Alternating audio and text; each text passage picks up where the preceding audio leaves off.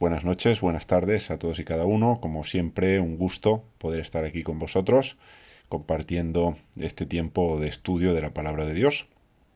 Y en efecto, hoy tenemos Levítico 16, es el día de las expiaciones. Si queremos ser correctos en la terminología, hablamos de Yom HaKippurim, que es el plural de Yom Kippur, un término que no está en la Biblia. Yom Kippur no está en la Biblia. Lo que sí tenemos es Yom Kippurim. Y es razonable que así sea, porque tal y como hemos leído en este capítulo, había más de una expiación. Es decir, no solo se expiaba por el pueblo, sino que el sumo sacerdote expiaba por él y por su casa, y también se expiaba por el santuario. Diferentes partes del santuario, el altar del holocausto es mencionado de manera específica, con lo cual eso significa que en algún momento, haciendo algún procedimiento incorrecto, se podría haber impurificado el santuario. Entonces, expía también el sumo sacerdote por lo que sería la casa de Dios, más conocido en el llamado Antiguo Testamento, en la Biblia hebrea, como tabernáculo. Más adelante tendremos el templo, el rito de Yom Kippurim continuará, incluso en tiempos de Yeshua se continúa haciendo, a pesar de que ya no tenemos el arca, y por lo tanto no tenemos la cubierta, no tenemos el propiciatorio en el templo, cosa llamativa y curiosa porque implica una parte importante, ¿no? La entrada en el lugar santísimo y el rociar sangre sobre la cubierta es parte del día de las expiaciones. Sin arca, ¿cómo funciona eso? Pero vamos a la pregunta, y es cómo conectamos este día, Yom Kippurim, el día de las expiaciones, con Yeshua, con su muerte.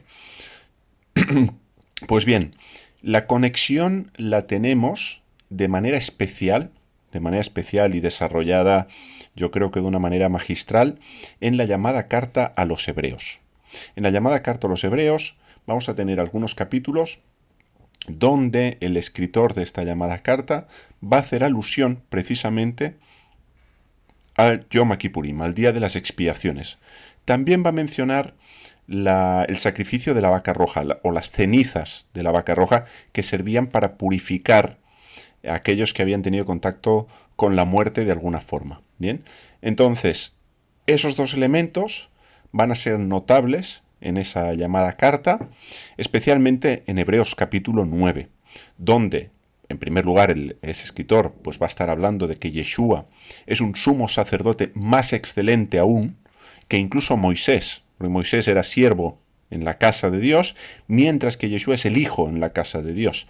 Entonces, claro, va poniendo a Yeshua por encima de los ángeles, va poniendo a Yeshua por encima de Moisés, va a poner a Yeshua por encima del orden de Leví, y lo va a establecer bajo el orden de Melquisedec, algo que también hemos hablado en algunos otros estudios. Tengo también en el canal de Bienvenido al Origen quién fue Melquisedec, donde desarrollo pues con bastante profundidad este tema. Y nos va a hablar de que él es un mejor sumo sacerdote porque él no está sujeto a la muerte, por cuanto resucitó. Y por medio de la resurrección, citando el Salmo 110, se nos va a hablar de que Dios le juró a Yeshua, te he hecho sacerdote para siempre, según el orden de Melquisedec.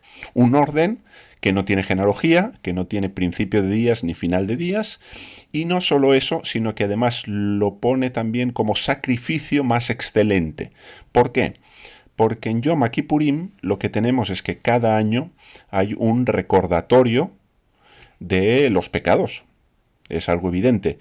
Y es un sacrificio que no limpia la conciencia de pecado, sino que cada año continuamente está trayendo esa conciencia de pecado. Mientras que Yeshua, la sangre de Yeshua, la sangre de Jesús, es mejor que la de estos sacrificios, primero porque ha entrado a un lugar mejor, que es el tabernáculo en los cielos, el tabernáculo celestial, del cual el tabernáculo terrenal es solo una sombra. Y en este capítulo hay una idea, y es que la sangre va a entrar hasta el lugar santísimo, algo que solo ocurre una vez al año. Y recordemos que cuanto más adentro era llevada la sangre, mayor era el efecto de la expiación. Cuanta más expiación tiene que haber, más hacia adentro tiene que llegar la sangre.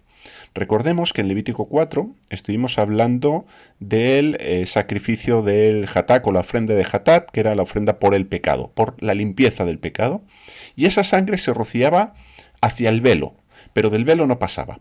Ahora tenemos una sangre que entra dentro del lugar santísimo y es rociada directamente sobre la cubierta, el propiciatorio, la tapa del arca.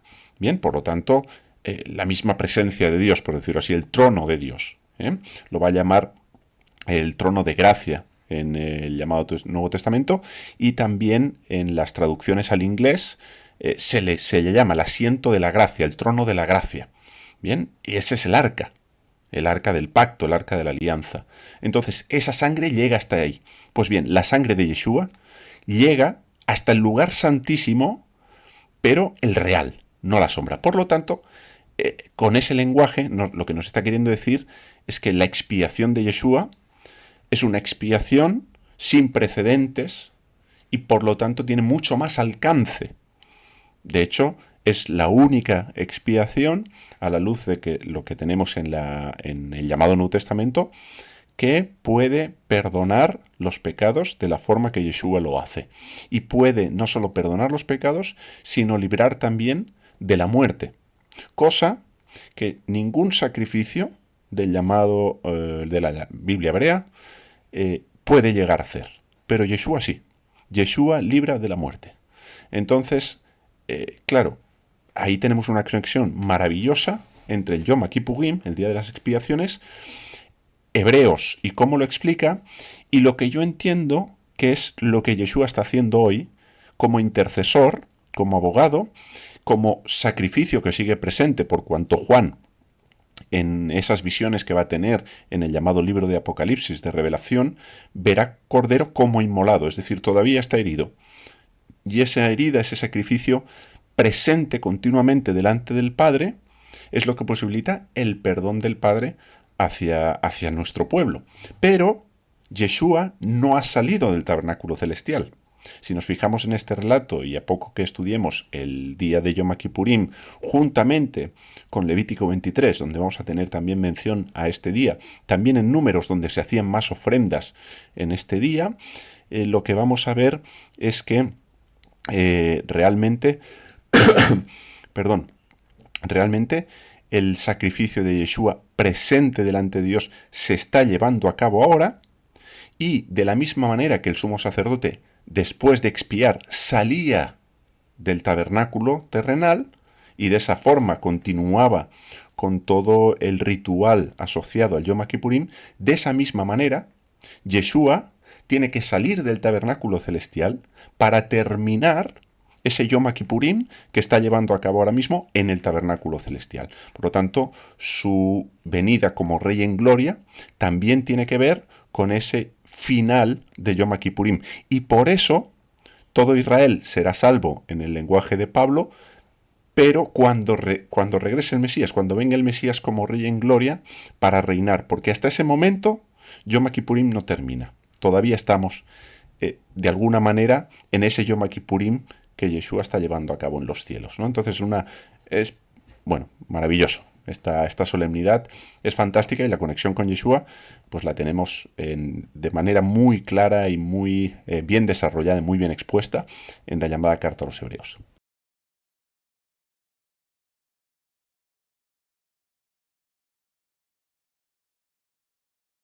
Por un lado, dice en Isaías 53, hablando del Mesías, que Dios cargó en él todos nuestros pecados y todas nuestras rebeliones fueron puestas sobre él. Entonces, en su muerte, él está siendo ese macho cabrío que está cargando con nuestro pecado, con nuestras rebeliones, las rebeliones de nuestro pueblo. Bien, entonces, esa parte la tenemos ahí. A través de él, también Dios hace alejar nuestras rebeliones, como sería el otro macho cabrío, el macho cabrío que queda vivo. De alguna forma, Yeshua tendríamos los dos machos cabríos. ¿Por qué? Porque muere, y por lo tanto es el macho cabrío que se ofrece en expiación, pero también vive, porque resucita. Y al ascender a los cielos, lo que se está llevando es todo ese pecado, se lo está llevando con él. Es decir, los está alejando de nosotros con su muerte y su resurrección. Con lo cual tendríamos las dos vertientes de los dos machos cabríos. Ya hablaremos de Azazel, me imagino, ya hablaremos de qué puede ser eso. No es tan misterioso ni tan demoníaco como algunos creen, pero se los lleva un lugar. Hay una profecía también, creo que es en el profeta Isaías, que precisamente habla de eso, que él hará alejar, Dios hará alejar nuestras rebeliones de nosotros. ¿De qué forma lo hace? En este caso cargándolas sobre Yeshua, y Yeshua diciendo: yo voy a cargar con el pecado del pueblo, yo me hago... Por eso muere. De otra manera no tendría que morir, porque él fue justo. Entonces, ¿dónde está el punto? Es, él muere porque carga con nuestro pecado, pero a la vez resucita, mostrando que el poder de la muerte no tiene poder sobre él, y por lo tanto su cuerpo no vio corrupción, que es lo que nos va a decir también en un salmo David, hablando del Mesías. Entonces tendríamos esas realidades plasmadas en Yeshua.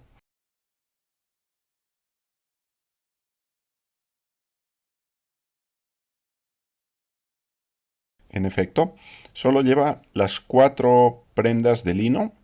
Luego hablamos de las diferentes prendas, eran un total de 8 si mal no recuerdo. Las otras, la mayoría tienen oro incorporado y eran vestiduras, dice, de hermosura, de gloria. ¿En qué nos conecta esto con Yeshua, por ejemplo? Pues cuando nos dice en Isaías 53, le veremos más sin hermosura, ¿no? Entonces, él se despojó de su gloria, él se despojó de su magnificencia, él se despojó de su realeza y se presentó como siervo. Entonces, el lino, aunque nos hablará en Apocalipsis de que son las obras justas de los santos, también es cierto que estas vestiduras eran las vestiduras más humildes del sumo sacerdote. Entonces, el sumo sacerdote, para poder expiar por sí, por su casa, por el pueblo, por el Mishkan, el santuario, la casa de Dios, el altar, él se tenía que vestir de humildad. Lo mismo que hizo Yeshua, vestirse de humildad, y en ese vestirse de humildad, vestirse de siervo, fue cuando pudo expiar el pecado del pueblo. Un proceso que todavía está en marcha, ¿no? Pero tenemos ahí una conexión también muy bonita con ese vestirse de humildad de Yeshua.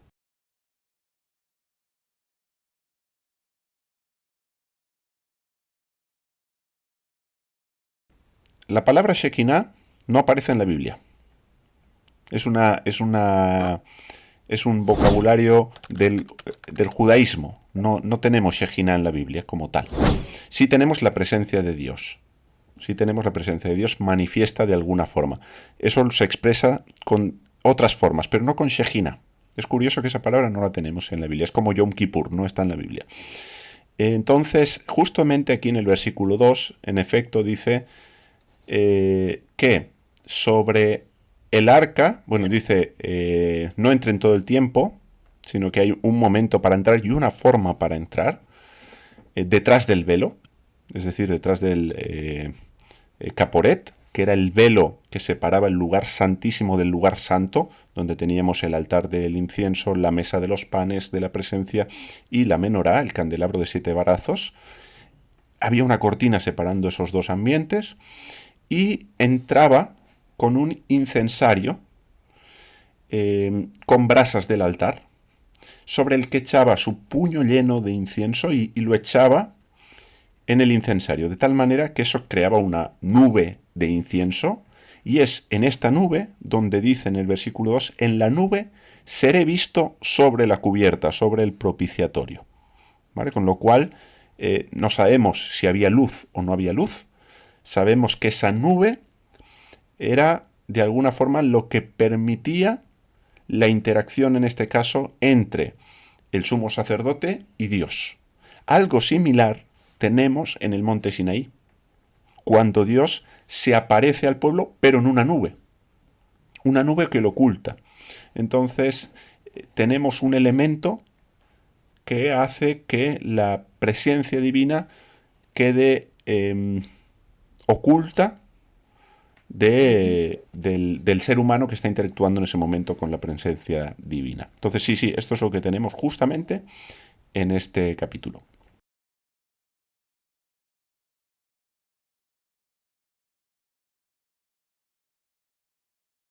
En el versículo 9, lo que tenemos es, literalmente, dice, y hará acercar Aarón al macho cabrío que subió sobre él la suerte para Adonai, es decir, cayó la suerte para Dios, y lo hará hatat, es decir, lo convertirá, lo hará una ofrenda por el pecado. No dice, en este verso no dice expiar, dice ofrenda por el pecado. ¿Que esa ofrenda por el pecado tenía un fin expiatorio? Sí, pero la palabra en este caso es hatat. Luego en el versículo 10 dice, y el macho cabrío que ascendió sobre él la suerte para Azazel, será presentado vivo delante de Adonai para expiar, y ahí sí dice expiar, para expiar sobre él, para enviarlo a Azazel al desierto. Bien, así que en el versículo 10 tenemos la palabra expiar, que traducen como reconciliación, y en el versículo 9, que traducen expiar, no es expiar, es hatat, ¿vale? Que es ofrenda por el pecado.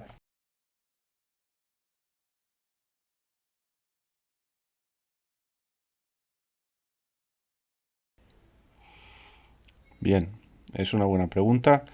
Y en este caso, me atrevería a decirte con toda confianza que con la persona en la que hablas le importa tres pepinos el dolor de Aarón.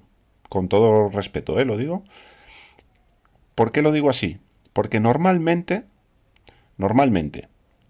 la persona que apunta a la crueldad de Dios es porque ha vivido algún episodio que le duele y que culpa a Dios por ese episodio. Generalmente es así. Porque si no, seamos honestos, nos da igual el hambre en el mundo, nos da igual las guerras, nos da igual, porque todo eso nos queda muy lejos. Todo eso le pasa a gente a la que no conocemos. Ahora, nuestro dolor sí nos importa. Y cuando alguien apunta a que Dios es injusto, a que Dios es cruel, es que ha vivido o ha sentido a un Dios cruel e injusto consigo o con algún ser querido. Probablemente hay algún caso de enfermedad, algún caso de muerte, algún accidente, alguna situación que la persona no entiende por qué esa persona tiene que estar pasando lo que está pasando, por qué esa persona tiene que sufrir. Realmente, esa es la pregunta. ¿Por qué tengo que sufrir? ¿Por qué Dios me hace sufrir? Claro, esa es la pregunta que no tiene respuesta. Esa es la pregunta del libro de Job, que hemos recurrido en más de una ocasión y que a mí me gusta recurrir porque es, creo que el libro más claro donde eso aparece dentro de lo que es la Biblia, aunque ahora citaré otro ejemplo donde también lo vamos a ver de forma muy manifiesta. Y en el libro de Job, Dios no contesta a por qué del sufrimiento de Job. Simplemente Dios se manifiesta como soberano y pone sobre la mesa lo pequeñito que es Job. Claro, eso no soluciona el problema del sufrimiento y no solo eso, sino que nos deja en una posición que no nos gusta nada, que es la de seres que no saben, que no conocen, que ignoran cómo funciona Dios y por qué Dios hace las cosas. Claro, ese Dios incomoda, ese Dios no gusta, ese Dios es cruel o es injusto, ¿por qué? Porque yo juzgo que es cruel o que es injusto, en lugar de aceptar que sencillamente Él es Dios y yo no. Lo que pasa es que el Evangelio, o parte del mensaje del Evangelio, es también ese. Es aceptar que Dios es Dios.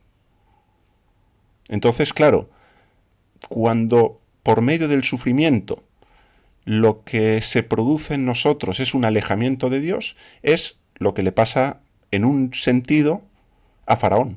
Faraón sufre y sufre mucho. Faraón también perdió un hijo, su primogénito. Pero en lugar de acercarse a Dios y de ver a Dios en medio del sufrimiento, que es lo que le pasa a Job, lo que hace es alejarse de Dios. Entonces, ¿qué vamos a hacer con el sufrimiento? ¿Lo vamos a utilizar como una base para acercarnos a Dios o lo vamos a utilizar como una base para alejarnos de Dios? Bueno, ahí también nos va a decir dónde la persona tiene el corazón, al menos en ese momento de su vida. Dios dirá más adelante, eso puede cambiar si Dios lo permite, claro que sí, y deseamos que así sea. Pero, lamentablemente, el sufrimiento es la situación que no tiene respuesta. En el sufrimiento o ves a Dios y te acercas a Dios o te alejas de Él. Esto es lo que veo en la Escritura. ¿Dónde vemos también un sufrimiento que podríamos considerar injusto? En Jesús, en Yeshua mismo. Porque Él tuvo que padecer la cruz. Porque Él tuvo que morir por tus pecados. Eso podría ser otra buena manera de introducir el tema. Y de decirle a la gente, oye, ¿tú sabes que Jesús pagó por ti? ¿Eso es justo? Esa injusticia a que te gusta, porque recibes un beneficio, sales bien parado. Pero Jesús salió mal parado. En la cruz le dicen, si eres hijo de Dios, desciende de la cruz. Si tanto te quiere Dios, ¿por qué estás muriendo? Entonces, desde un punto de vista humano, el sufrimiento de Jesús fue injusto. El juicio de Jesús fue injusto. Lo acusaron injustamente. Él no tenía que haber muerto. Y muere en tu lugar. Entonces, y ahí entramos ya no es el sufrimiento mío, sino el sufrimiento de Yeshua, el sufrimiento de Jesús, porque sin duda sufre. Y no solo sufre físicamente, que sufrió y mucho físicamente. Hay estudios maravillosos hechos a nivel físico, a nivel médico, a nivel de cómo funcionó el cuerpo de Yeshua en todos esos padecimientos, y son terribles. Pero es que además se añade el sufrimiento de cargar el pecado. Y no solo el mío, el tuyo y el de todo nuestro pueblo. Entonces, esa dimensión de cargar el pecado y de en un momento determinado, en un momento muy concreto, experimentar la separación de Dios, eso no tiene imaginación posible que alcance a ver cómo pudo llegar a ser, ¿no? Entonces, tal vez una buena manera pueda ser precisamente llevarlos a Yeshua y llevarlos a que Él sufrió en tu lugar y Él murió en tu lugar y Dios entrega a su Hijo en tu lugar para que Él sufra lo que tú tendrías que haber sufrido. Entonces, no te gusta el sufrimiento que estás pasando, sin embargo Yeshua sufrió para que tú no sufrieras lo que deberías sufrir. Entonces, ¿qué vas a hacer con eso? ¿Vas a aceptar ese sacrificio? ¿Vas a aceptar ese sufrimiento? ¿O lo vas a seguir rechazando? Porque ahí ya entra la otra parte de Dios, que es el amor. El amor que se expresa en el sufrimiento de Yeshua, y la entrega de Yeshua y en la muerte de Yeshua por el pecador, que tiene que ver con Yom Kippurim, dicho sea de paso, y con Pesaj y con todas las solemnidades que podemos ir enlazando. Entonces, tal vez esa pueda ser una manera de acercar a la persona al Evangelio.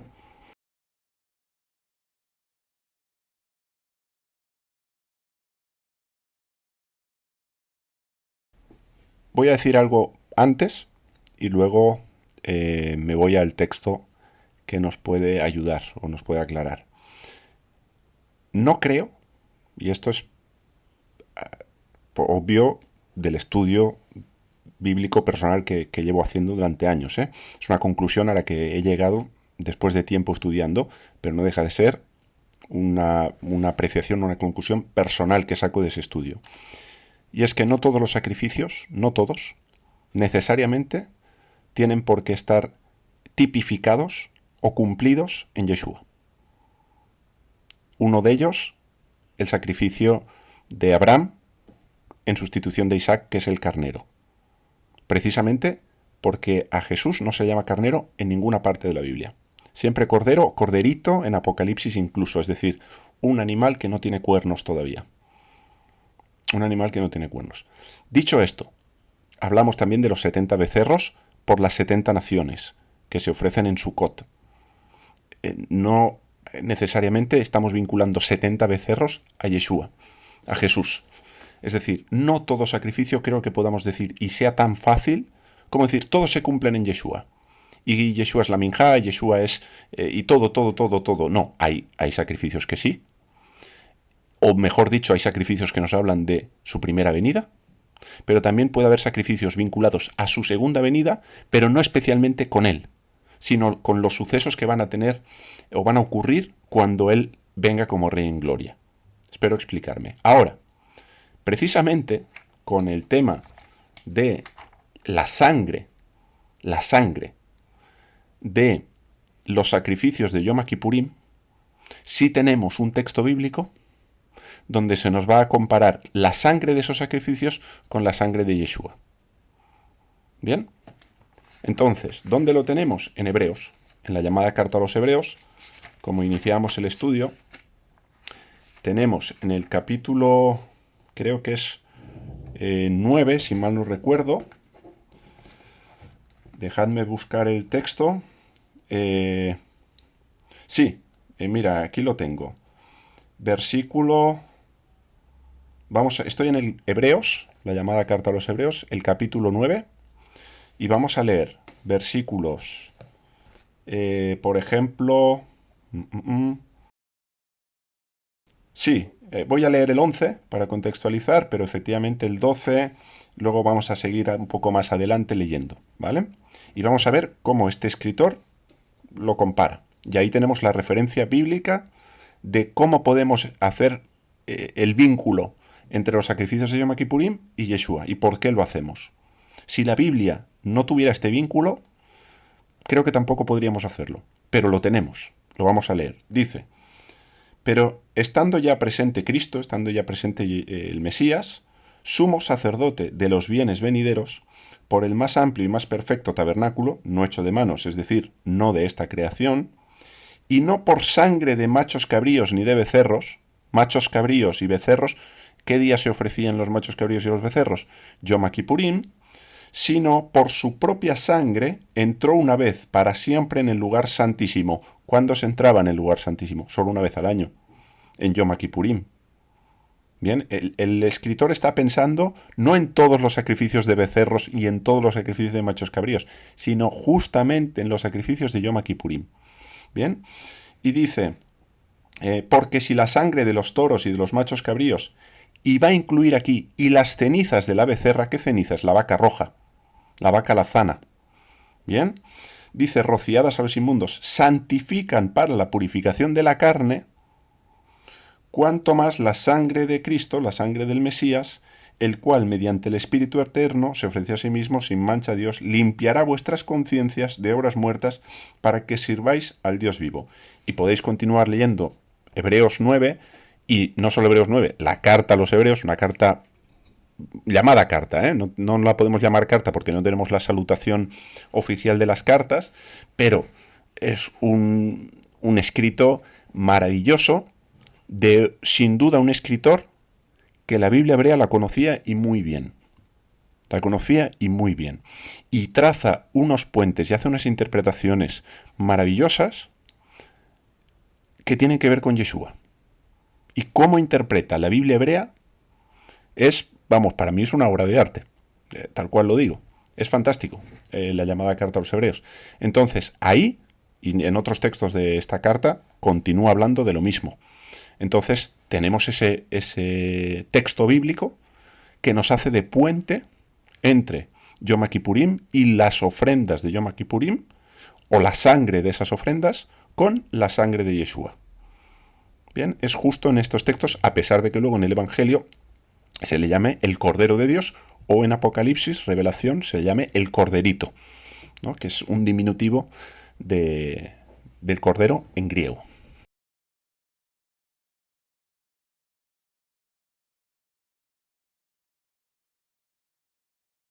En efecto, tenemos dos machos cabríos. La procedencia de estos dos machos cabríos es de la congregación del pueblo.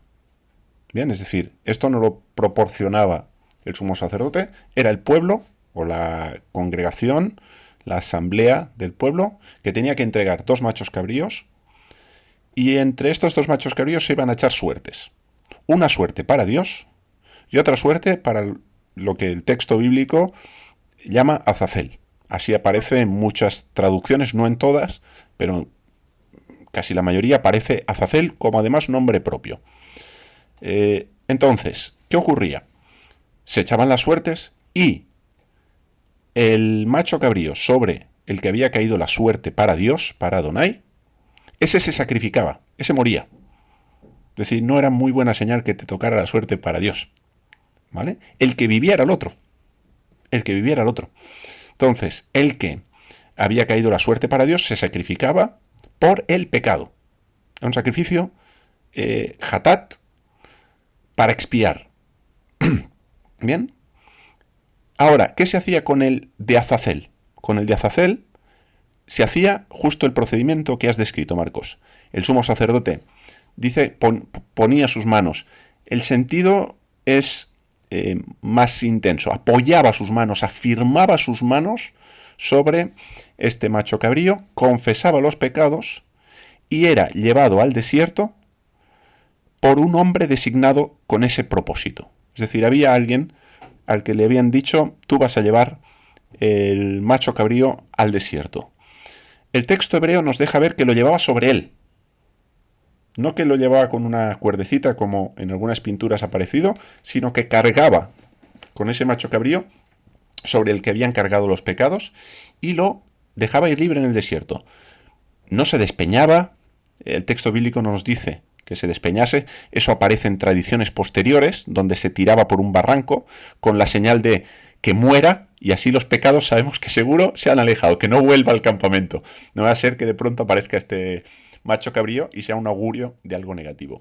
Pero en el texto bíblico, en este texto que estamos trabajando, Levítico 16, y otros que tenemos, el macho se soltaba, se dejaba en libertad.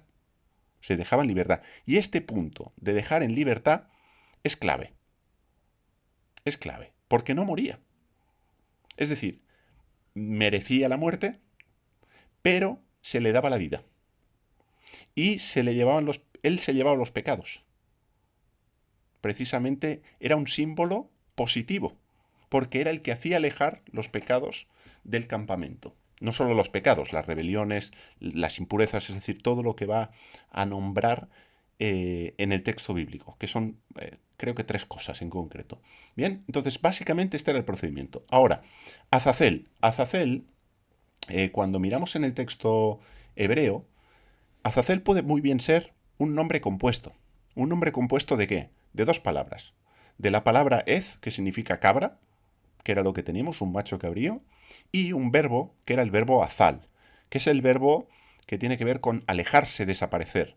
Por lo tanto, Azazel, lo que vendría a representar, lo que vendría a significar, no es más que el macho cabrío que hace alejar el pecado. Este sería el sentido. De hecho, si miramos en la Septuaginta, en la traducción griega de la Biblia hebrea, lo que nos dice, por ejemplo, en Levítico 16:8, se utiliza una palabra griega que es apopompayo, que lo que significa es que retira, que aparta un mal, eliminador, apartador. Es decir, es aquel que va a alejar el pecado, que va a alejar el mal. Esto en Levítico 16:8. Luego, si leemos donde vuelve a aparecer la mención de Azazel, y creo que es en Levítico, el mismo capítulo 16, en el verso 26, nos va a decir, y el que envíe el macho cabrío para Azazel, ahí la Septuaginta va a utilizar otra palabra, que es la palabra áfesis, y áfesis aparece en el llamado Nuevo Testamento, por ejemplo, en Mateo 26-28, donde se traduce en Reina Valera como remisión. Por lo tanto, es el macho cabrío que hace remisión. ¿Que hace remisión de qué? De los pecados. Luego en Marcos, capítulo 1, verso 4, se nos habla del bautismo de arrepentimiento para perdón de pecados, para áfesis de pecados. Luego en Hebreos, capítulo 9, llamada carta que hemos leído, donde nos dice, casi todo es purificado según la ley con sangre, y sin derramamiento de sangre no se hace remisión, no se hace áfesis. Entonces vemos que áfesis, que se utiliza en la Septuaginta, en Levítico 16, para traducir el término Azazel, es el que en el llamado Nuevo Testamento se utiliza para hablar de remisión, de perdón. Así que en este sentido, como decía, Azazel no tiene nada de demoníaco, no tiene nada de espíritus, ni mucho menos que ver con Satanás. ¿De dónde viene esta tradición? Esta tradición surge a raíz de, si mal no recuerdo, en el llamado libro de Enoc, o en uno de los libros de Enoc, Azazel es uno de los demonios. Entonces, claro, ya tenemos un nombre de demonio Azazel que se lleva al texto hebreo y se interpreta que esa es una ofrenda para el demonio. Claro, esa idea, desde un punto de vista bíblico, a mí se me hace muy extraña. Que un macho cabrío que sirve para alejar los pecados se esté ofreciendo a Satanás. ¿Cuándo? Cuando en el culto de Israel una de las cosas que tiene prohibida es ofrecer nada a los demonios. Para mi consideración, lo veo contradictorio, aparte de que es una tradición posterior, una interpretación posterior de Azazel, y una interpretación, a mi juicio, que no es una exégesis, es una inségesis. Se ha metido esa interpretación en el texto y se ha dicho, como en Enoch se dice esto, aquí significa esto. Pues no necesariamente. No necesariamente. Yo personalmente no lo creo, ni mucho menos. Y se me hace extraño que el Dios que prohíbe el culto a los demonios, a la vez, esté ordenando que uno de los machos cabríos del día más sagrado del año para el pueblo de Israel sea enviado precisamente al demonio o a Satanás. Es una idea que a mí me chirría. Que a mí me chirría. Más bien, creo que tiene la primera acepción que estamos viendo, que además tiene todo el sentido desde el punto de vista gramatical, que además lo encontramos en la Septuaginta, donde no tiene ningún vínculo con lo demoníaco, sino que lo que nos está enseñando es que es el macho cabrío que va a hacer que los pecados se alejen. Entonces, de la misma forma que por medio del sacrificio de Yeshua, como decíamos en la introducción al empezar, Dios ha hecho alejar nuestras rebeliones. Y Dios ha alejado nuestras rebeliones y las ha echado a lo fondo del mar y, en fin, ya no se acuerda más de ellas. Y es algo que también tenemos en la llamada carta a los hebreos. Esa idea de que por medio de Jesús Dios ha olvidado nuestros pecados.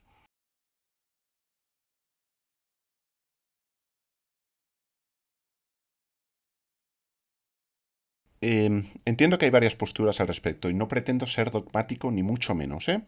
Con esto ni siquiera estoy diciendo que yo mismo ya tengo una conclusión y por tanto ya no me planteo seguir estudiando el tema. Al contrario, creo que hay que seguir estudiando el tema y creo que el tema del tercer templo, creo que no está todo dicho. Pero el otro día hablando con un hermano que aprecio mucho, estamos hablando precisamente de cómo se combina el orden de Melquisedec y el orden de Leví.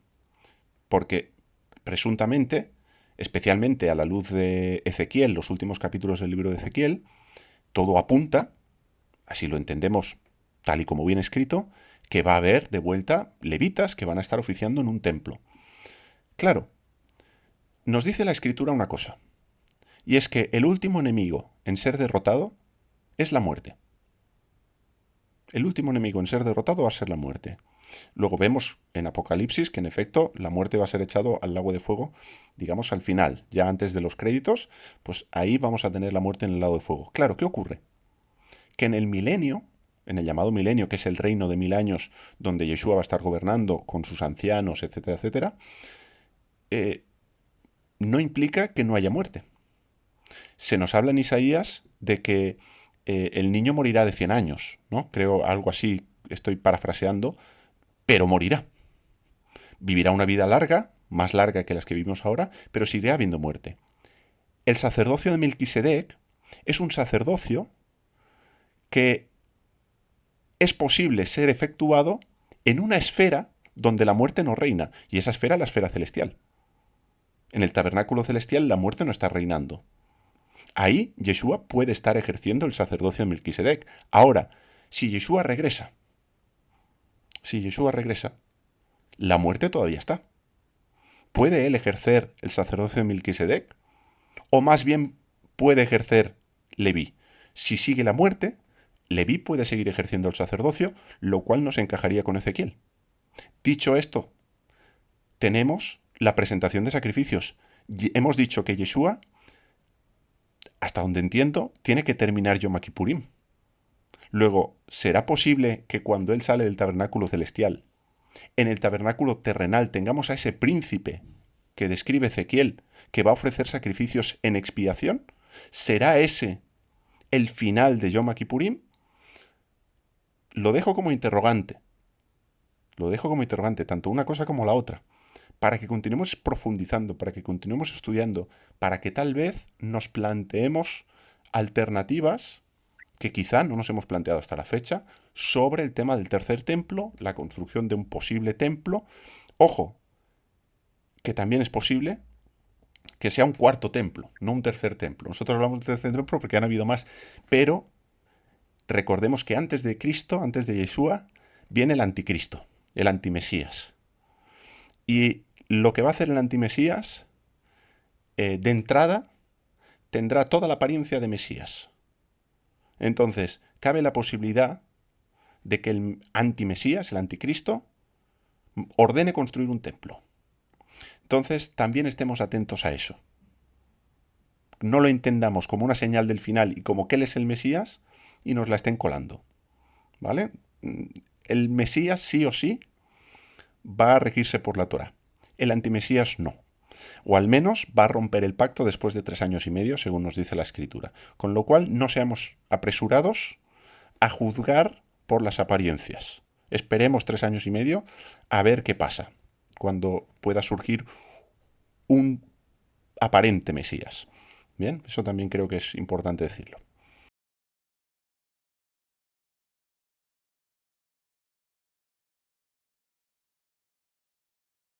Yom Kippurim, en efecto, es un Shabbat. Es un Shabbat Shabbatón. En el texto hebreo viene tal cual. Shabbat Shabbatón. Shabbat Shabbatón, que significa un cese de ceses. Es decir, un cese muy solemne. Un cese muy importante. No todas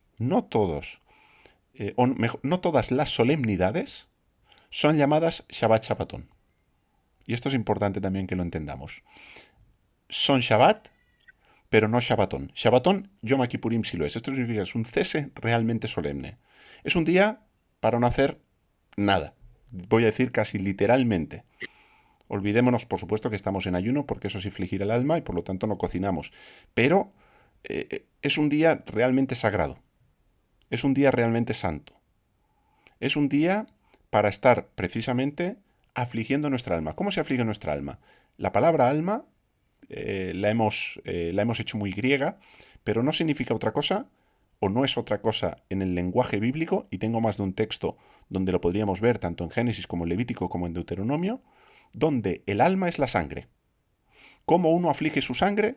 Por medio de la ausencia de la ingesta de alimentos y bebida. Así se aflige la sangre. No hay otra forma. Hay gente que dice, no, afligir el alma no es ayunar. Allí no dice ayunar. No, no lo dice literalmente. Pero implica ayunar el afligir el alma. No solo ayunar, sino que podríamos hablar incluso de esas prácticas que forman parte de la cultura del pueblo de Israel cuando se estaba de luto, que era estar sobre ceniza y vestir cilicio, es decir, ropa que picaba. No era ropa cómoda. ¿Vale? Entonces, no es un día de alegría ni mucho menos. Es un día para estar afligido. ¿Y qué muestra esa aflicción? Lo que muestra es un dolor por el pecado. Ahora, ¿qué ocurre? Que podemos afligir en nuestra alma, nuestra sangre, y no estar siendo sinceros, sino que nuestra vida no es coherente con esa aflicción que estamos mostrando un día al año. Lo voy a comparar, y perdonadme la comparación, pero a Navidad, cuando una vez al año toda la familia se lleva bien, cuando en realidad lo que hay es una cantidad de problemas familiares enormes. Pero como es Navidad, ¡ay, qué bien, todos juntos! Cuando no se está bien. Pues lo mismo en cuanto a una vez al año ayunamos y una vez al día, una vez al año, en un día nos afligimos mucho, pero luego los 364 días restantes del año no vivimos conforme a la justicia de Dios. Bueno, pues Dios dice que eso para Él es aborrecible. Él no quiere eso. Él quiere que si hay un ayuno, sea sincero. Y sincero significa no que ese día estamos muy tristes, sino que procuramos vivir conforme a la justicia de Dios el resto del año. ¿Vale? Eso lo tendríamos en Isaías 58, el verdadero ayuno. Tenemos Isaías 1, donde Dios dice, mira, me tenéis asqueado con vuestro Shabbat, porque yo no quiero más Shabbat. Yo lo que quiero es que viváis justamente y rectamente. Claro, ¿significa eso que Dios no quiere que hagamos Shabbat? No. Significa que quiere que lo hagamos de forma coherente con nuestra forma de vivir el resto de días de la semana o el resto de días del año en el caso de Yom Kippurim. Bien, pero implica un día muy solemne donde cesamos toda obra y cesa el nativo y el extranjero.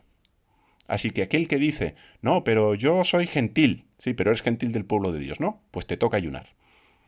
No hay más vuelta de hoja. Aunque no seas judío, pero eres parte del pueblo de Dios por cuanto has entrado a ser parte del pueblo de Dios por medio de Yeshua. Y Yom Kippurim no ha terminado. ¿O es que acaso nuestro pueblo no sigue pecando o no seguimos pecando como pueblo? ¿No será un día para afligirnos delante de Dios? ¿Aún hoy? A pesar de que sabemos que gracias a la obra de Yeshua tenemos perdón de pecados, pero estamos como el pueblo fuera del tabernáculo cuando el sacerdote está dentro. Oye, ¿va a salir el sacerdote o no va a salir? Porque si no sale, estamos muertos. Tiene que salir y tiene que acabar Yom Kippurim. Entonces nuestro sumo sacerdote está en los cielos. Entonces estamos esperando su venida, estamos esperando que salga del tabernáculo celestial. Señal de que lo que ha hecho en el tabernáculo celestial, Dios ha dicho, ok. Entonces nosotros decimos, menos mal. Por la fe lo creemos, pero no es una realidad concretada en nuestra historia todavía. Eso está por ocurrir. Bien, Claro. entonces, bueno, esto es Yom Kippurim muy resumidamente.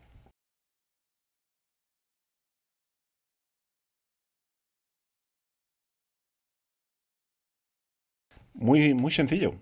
De hecho, este capítulo te indica claramente qué hacer. Y lo tienes a partir del verso 29. A partir del verso 29 te dice qué hacer. Dice, y os será estatuto perpetuo, jucat olam, al menos mientras este siglo presente esté presente. Dice, en el mes séptimo, en el 10º del mes, afligiréis vuestras almas. Y toda hora no haréis, ni el nativo, ni el guer, ni el extranjero que reside en medio vuestro, porque en este día expiará sobre vosotros para purificaros de todos vuestros pecados, delante de Adonai seréis purificados. Es un cese de ceses para vosotros, y afligiréis vuestras almas. Estatuto perpetuo.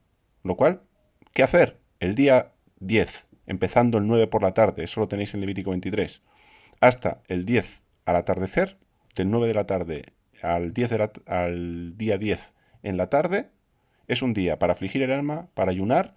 Por supuesto, ese tiempo se está aprovechando para orar y para interceder por el pecado y también para darle gracias a Yeshua por lo que él hizo. Más práctico, pues creo que no es posible. Lo tenemos ahí. Dicho esto, aprovecho. No siempre, no siempre la Biblia nos tiene que mostrar algo para mi vida hoy. ¿Por qué digo esto? Hay una manera de entender las escrituras y es que si no me dicen nada a mí para vivir hoy, no me sirven. Bueno, a veces no nos hablan de nosotros, ni de lo que nosotros tenemos que hacer, sino, por ejemplo, de lo que Yeshua hizo. Este capítulo también nos habla de lo que Yeshua hizo. Y entender lo que Yeshua hizo por nosotros va a transformar nuestra manera de vivir, o debe transformarla. Si no, tenemos un serio problema. Conocer el plan de Dios, conocer lo que Dios va a hacer, pues no es nada práctico que yo aplique mañana. Es lo que Dios va a hacer. Pero también necesitamos conocer lo que Dios va a hacer y lo que Dios ha hecho en la historia y conocer el carácter de Dios. Conocer el carácter de Dios no es qué hago yo mañana, pero conocer a Dios nos transforma. Así que no siempre busquemos una acción concreta para llevar a cabo, sino busquemos conocer a Dios, conocer a Yeshua, conocer su plan, porque todo eso también nos transforma y transforma nuestro día a día. Bien, aunque no sean cosas concretas, mandamientos específicos. En este caso, además, lo tenemos.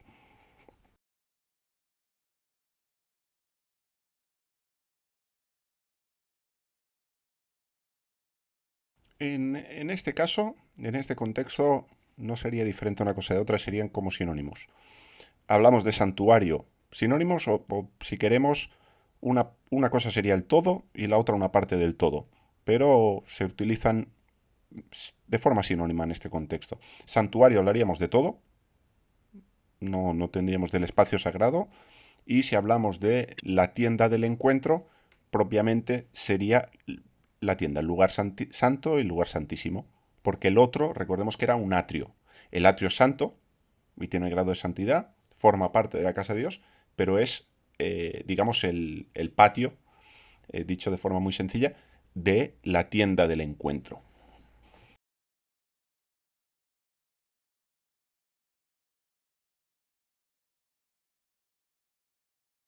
Tiene aplicación con nosotros.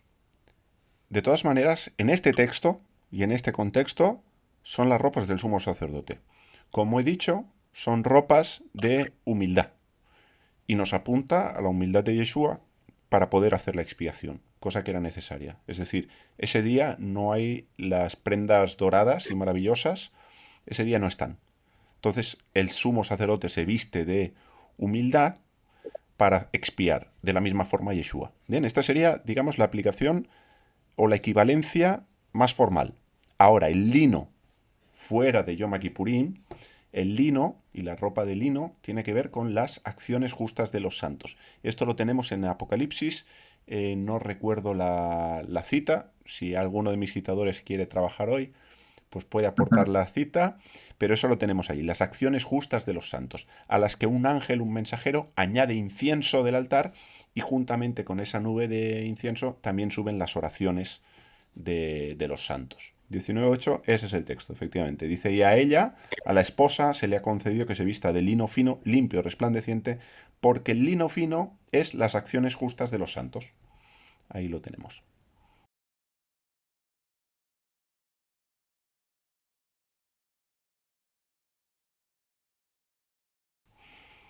Pues mira, en primer lugar, voy a hacer mención de un texto que tenemos en Ezequiel que tiene que ver con el lino de forma literal, una aplicación literal, y es para no sudar.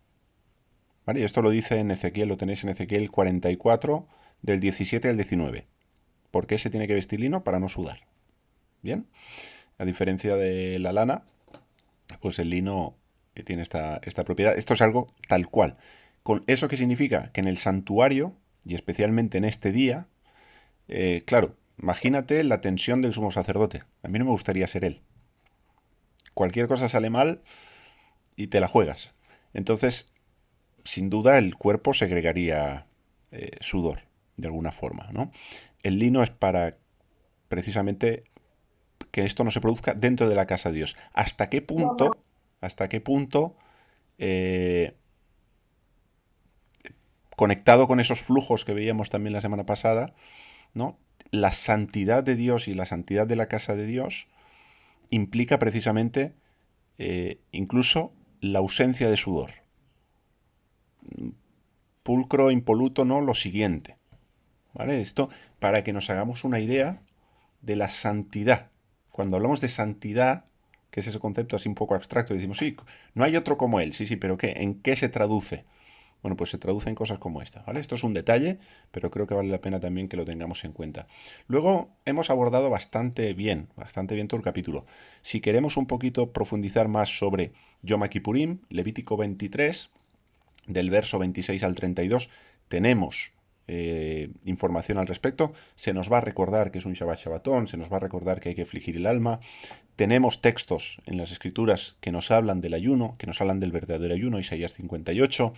Entonces, es para tener en cuenta, ¿vale? Para que el día 9 por la tarde hasta el 10 por la tarde, como pueblo de Dios, tengamos también esta solemnidad, esta cita, esta santa convocación. Es una santa convocación también, por lo tanto, es un día para que el pueblo se reúna.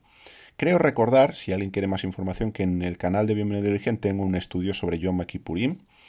Y luego, sí quiero aprovechar para, porque hoy no se ha dicho, digo, hombre, esto sí me es nuevo para mí, pero no se ha hablado de las 7 veces que se tiene que rociar la sangre sobre el propiciatorio, sobre la cubierta. Y ahora diré algo sobre la cubierta, sobre el propiciatorio, que ya comenté un momento, pero creo que es importante que lo volvamos a recordar. Os doy citas para que las podáis anotar, donde aparece la palabra o la expresión 7 veces. Y en hebreo solo aparecen estos textos, ¿vale? Lo digo por si lo veis en otro texto, dice, Jonathan ha dado este texto. Bueno, pues eso se aparece en la traducción, pero no en el texto hebreo, el texto masorético.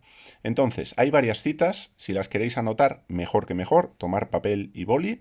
Y las citas son, Génesis 33.3 nos habla de 7 veces en las que Jacob se postra ante Esaú en ese reencuentro.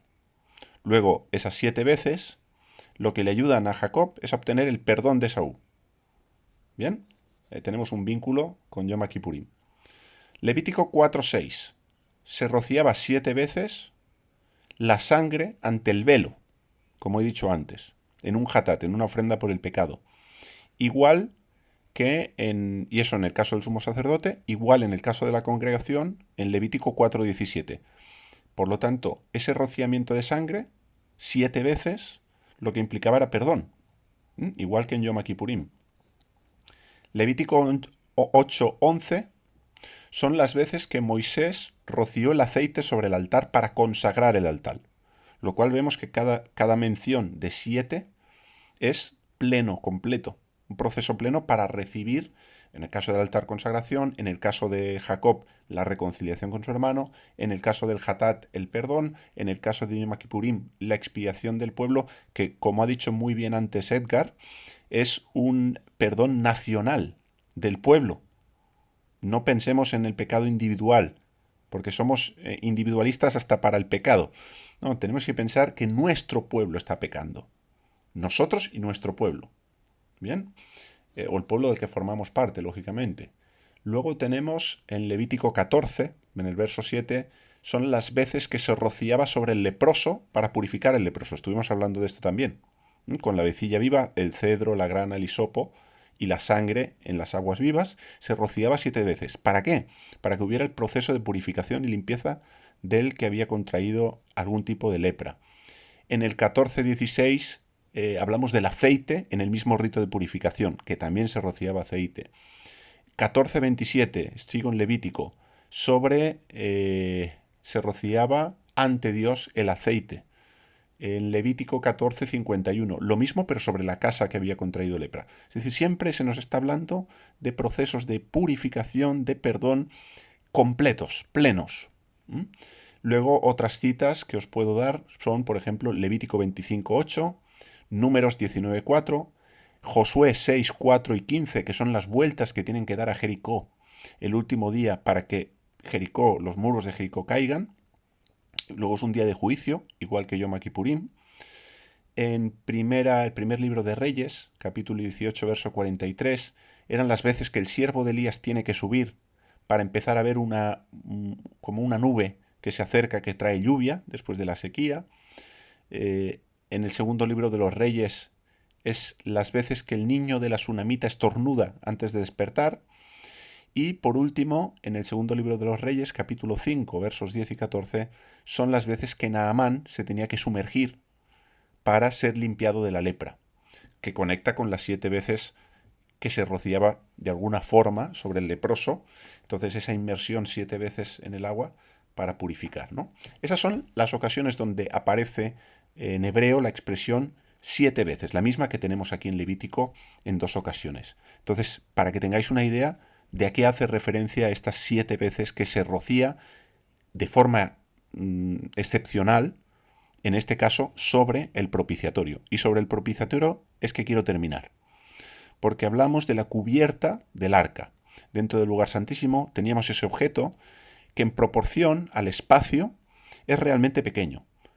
Luego nos queda un vacío muy grande en toda la sala, con lo cual haría aún más, si cabe, imponente entrar en ese espacio sagrado. Bien, el sumo sacerdote entraría con ropas de humildad y entraría humillado a la presencia de Dios, que además entra con el incensario. Hay una forma de entrar, una ropa que es apta para entrar. Igual que en el llamado Nuevo Testamento tenemos ropas que son aptas para las bodas y ropas que no. Y hay uno que se le ve en la boda y dice, usted va con chándal fuera de aquí, ¿no? Entonces, ¿cómo hay que estar vestido ante la presencia de Dios? Y no pueden ser otras que esas vestiduras de salvación para poder estar ante la presencia de Dios. Y esas vestiduras de salvación las recibimos gracias a Yeshua. Esas vestiduras que nos traen perdón, que nos traen remisión de los pecados. Luego, ese propiciatorio, esa cubierta, esa tapa del arca, en palabras de Pablo, en el capítulo 3 de Romanos, nos va a decir, y si queréis me acompañáis a Romanos, que tenemos Romanos capítulo 3, ya digo, esto lo mencioné en el estudio de Romanos, cuando lo dimos en su momento, pero ya hace tiempo de eso, y tal vez no estábamos todos tampoco, entonces creo que vale la pena recordarlo, cuando en Romanos capítulo 3, en el verso 25, nos va a decir a quien Dios puso como propiciación por medio de la fe en su sangre, para manifestar su justicia, a causa de haber pasado por alto en su paciencia los pecados pasados. Bien, pues aquí la palabra propiciación no es tal.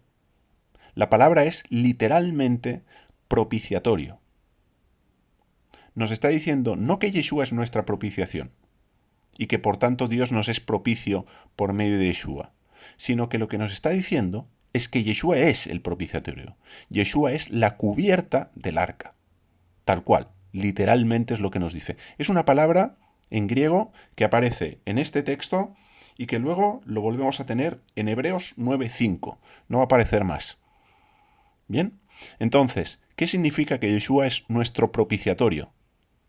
Pues significa que es primero donde Dios hablaba.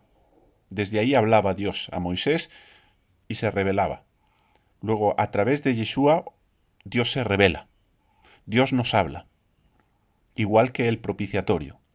Esto en primer lugar. Y en segundo lugar, que además tiene que ver con Yom Kippurim, es donde se rociaba la sangre 7 veces para que el pueblo fuera, el pecado del pueblo, el pecado del sumo sacerdote de la casa de Leví, la contaminación del santuario fuese expiada.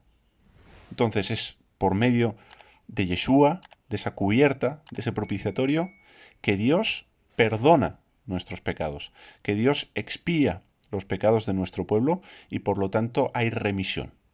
Bien, y como hemos empezado conectando Yom Kippurim con Yeshua, qué mejor que terminar conectando Yom Kippurim con Yeshua.